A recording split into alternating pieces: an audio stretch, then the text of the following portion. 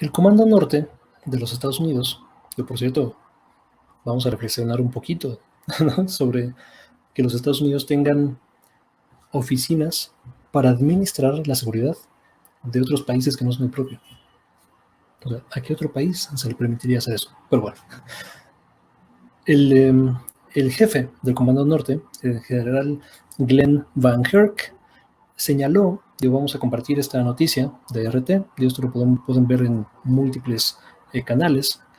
Este es el señor, ¿no?, que declara que entre 30 y 35% del territorio mexicano es controlado por organizaciones criminales, lo que se halla detrás del aumento en el número de migrantes de la frontera de Estados Unidos con México.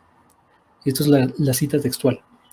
Narcotráfico, migración, tráfico humano, todos son síntomas de las organizaciones criminales transnacionales que operan con regularidad en las áreas sin gobierno. Ouch. Del 30 al 35% de México, y en lo que está creando algunas cosas, y es lo que está creando algunas de las cosas que enfrentamos en la frontera. Crean vulnerabilidades potenciales y oportunidades para actores en todo el mundo, ¿no? Advirtió, lo mismo ocurre en las áreas sin gobierno e inestables, con fallas potenciales de gobierno que China, Rusia y otras naciones aprovechan para explotar, ¿no? Entonces, dos cosas.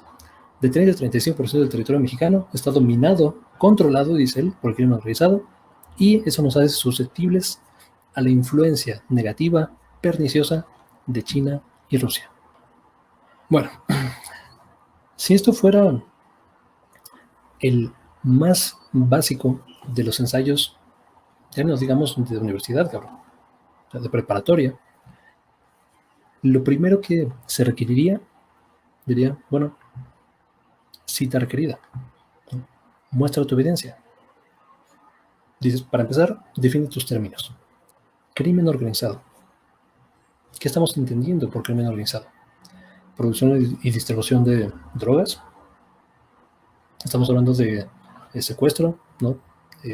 Huachicol, todas las anteriores. ¿Qué entendemos por crimen organizado? ¿Cómo se define? ¿Cómo se delimita del Estado? No son las policías mafiosas, también son los ministerios públicos mafiosos, son los gobiernos estatales, algunos gobiernos municipales. ¿Cómo? ¿Cuál es la definición? ¿Cuál es tu definición de crimen organizado? Esta definición, completamente, ¿no?, maleable, es infinitamente maleable según los intereses de los Estados Unidos. Es lo que quiero que quede claro.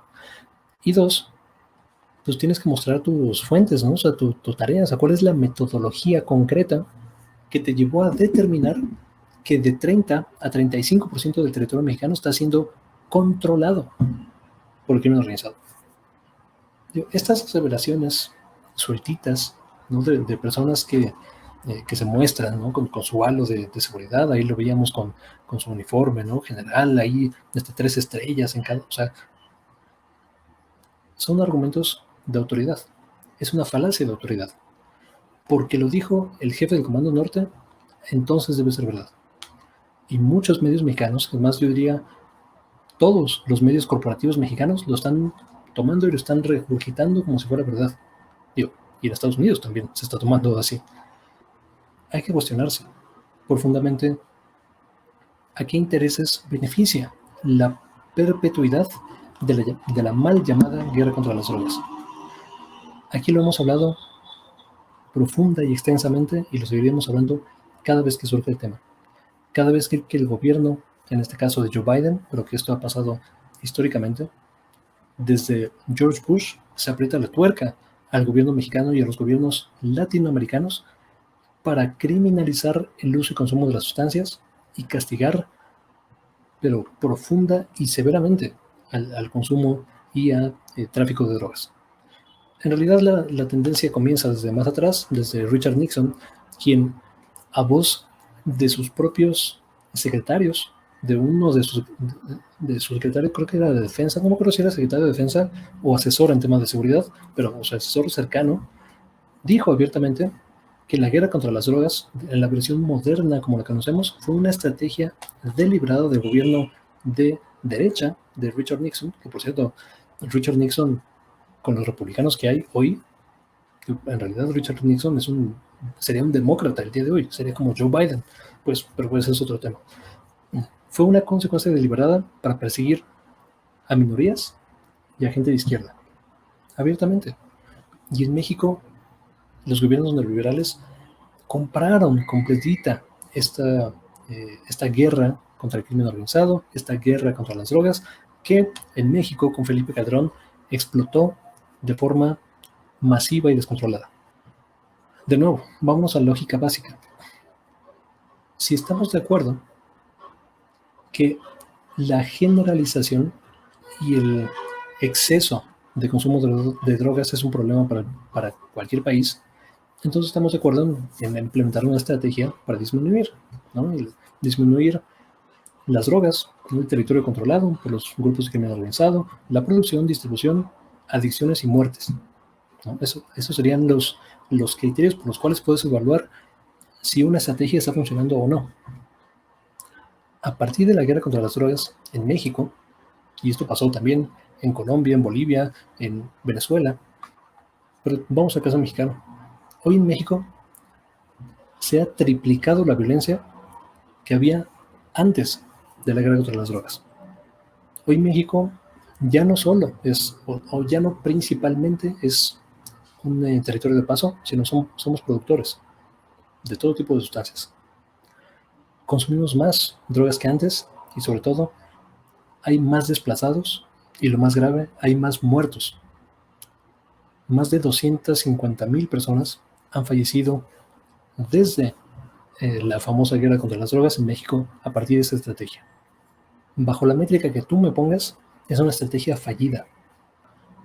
Y ahora, en relación con Estados Unidos se está yendo por la vía legal. Claro que hay mafias en los Estados Unidos.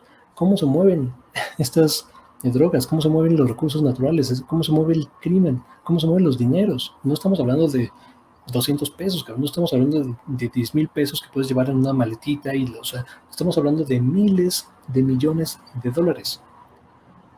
La banca formal, por supuesto que está participando. Políticos, por supuesto que están participando. Las áreas de seguridad en los Estados Unidos, claro que están participando y distribuyendo este tipo de cuestiones.